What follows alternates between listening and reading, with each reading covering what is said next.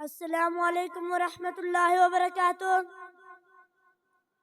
نحمده ونصلي على رسول الكريم اما بعد فاعوذ باللہ من الشیطان الرجیم بسم اللہ الرحمن الرحیم هو الذی بعث فی الامیین رسولا منہم مدرسے کے سپاہی قلم کے ہیں مارس مدرسے کے سپاہی قلم کے ہیں مارس یہی دین کے اصلی وفادار وارث معزز سامنے کرام، جب دنیا تاریکی میں ڈوبی ہوئی تھی، جب انسانیت جہلیت کی زنجیروں میں جکڑی ہوئی تھی، تب اسلام نے علم کا چراغ جلایا اور اس چراغ کو صدیوں سے روشن رکھنے والے ادارے یہ وہ مراکز ہے جہاں سے قرآن کی روشنی پھیلتی ہے، حدیث کی خوشبوئیں بکھرتی ہے اور اخلاق و کردار کی تعمیر ہوتی ہے۔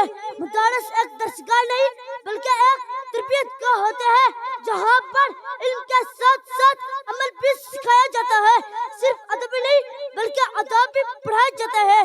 جناب صدر، دینی مدارس نے ہمیشہ امت کی رہنمائی کی ہے۔ جب بھی کوئی فتنہ اٹھا تو مدارس نے علامات دیے، جب باطل نے حملہ کیا تو مدارس نے قلم و کردار سے مقابلہ کیا۔ برصغیر میں تحریک آزادی ہو یا مسلمانوں کی دینی شناخت کی حفاظت، مدارس نے ہمیشہ فرنٹ لائن پر کردار ادا کیا۔ مدارس نے رکھا ہے دین کا وقار، مدارس نے رکھا ہے دین کا وقار، جہالت میں جلایا علم کا مینار۔ معزز سامنے کرام، مدارس کی تاریخ کا آغاز تو اسی دن ہو گیا تھا جس دن رب کائنات نے وعلم آدم الاسماء کلھا کہہ کر سب سے پہلے مدرسے کا آغاز عرش معلیٰ پر کیا، پھر انسان زمین پر آیا تو مدرسہ ساتھ لایا۔ وقت گزرتا گیا حتیٰ کہ وادی مکہ میں قصر نبوت کی تکمیل کا وقت آ گیا، مدرسہ عروج پر پہنچ گیا۔ کائنات کے سردار کو سب سے پہلا سبق غار حرا میں پڑھایا گیا اور باہر تشریف لائے تو انما بعثوا معلما کا اعلان عام فرما دیا۔ جب وادی ارقم میں پہنچے تو سب سے پہلے دینی ادارے کا صفے کے نام سے آغاز کیا۔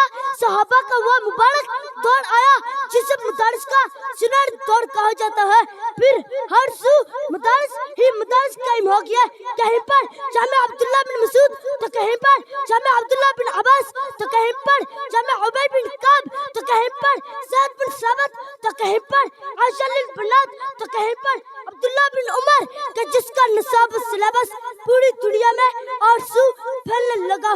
جناب صدر، تاریخ سنہری اور راز شہید ہے کہ صحابہ کے دور میں ہی مدارس نے ایسے سماجی، سیاسی، معاشی اور دفاعی محریر تیار کیا، ایسے طبیب قرآن اور قاضی تیار کیے۔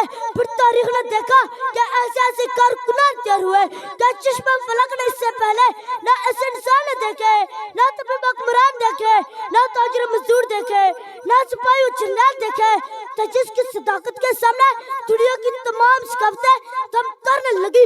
یہی مدارس کے طلباء فضلاء علماء تھے جو عہد کے میدان میں اترے تو اپنی انفرادیت دکھائی، جب سیاست کے میدان میں قدم رکھا تو صدیوں پرانی سیاست کا پیر تلے رونق کر اسلامی سیاست کے جھنڈے گاڑ دیا، تو جب دفاعی قوم و وطن کی باری آئی تو اپنی امتیازات سے قوم کا سر فخر سے بلند کر دیا۔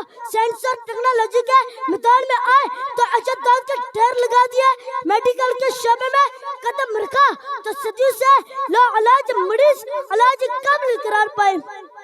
مہمانان گرامی، میں ان مدارس کی بات کر رہا ہوں جو نہ صرف دین اسلام کے مخافظ بنے بلکہ ملک و قوم کے لیے اپنی جانیں پیش کر دی، جو دنیا کا ہر فرد جانتا ہے۔ جیلوں میں سڑنے والے یہی مدارس کے طلباء تھے، اپنے جیلوں سے جنازے اٹھانے والے یہی علماء تھے، طرح طرح کی بدنام جیلوں سے سزائیں کاٹنے والے، زندانوں کو آباد کرنے والے، مردہ دلوں میں نئی روح پھونکنے والے یہی علماء تھے۔ جناب صدر، تم کیوں بھول جاتے ہو؟ تم کیوں انگریز کی عدالت میں قبر ساتھ لانے والے تم کیوں بھول جاتے ہو کہ ہمیں پاکستان میں سب سے پہلے جھنڈا لہرانے والے تم کیوں بھول جاتے ہو؟ فطرہ قادیانیت کا سب سے پہلے مقابلہ کرنے والے انہی مدارس کے طلباء، علماء اور فضلاء ہی تھے۔ پھر میں کیوں نہ کہوں وہ اور ہی ہوں گے کم ہمت جو ظلم و تشدد سہ نہ سکے، وہ اور ہی ہوں گے کم ہمت جو جو ظلمت شدت سہ نہ سکے، شمشیر و سلاح کے دہرے پر باق صداقت کہہ نہ سکے۔ یہ چشمہ فلک نے دیکھا ہے جو طاقت میں ہم سے بڑھ کر تھے، یہ چشمہ فلک نے دیکھا ہے جو طاقت میں ہم سے بڑھ کر تھے۔ توحید کا جب طوفان اٹھا مد مقابل رہ نہ سکے، مد مقابل رہ نہ سکے۔ وآخر دعوانا ان الحمدللہ رب العالمین۔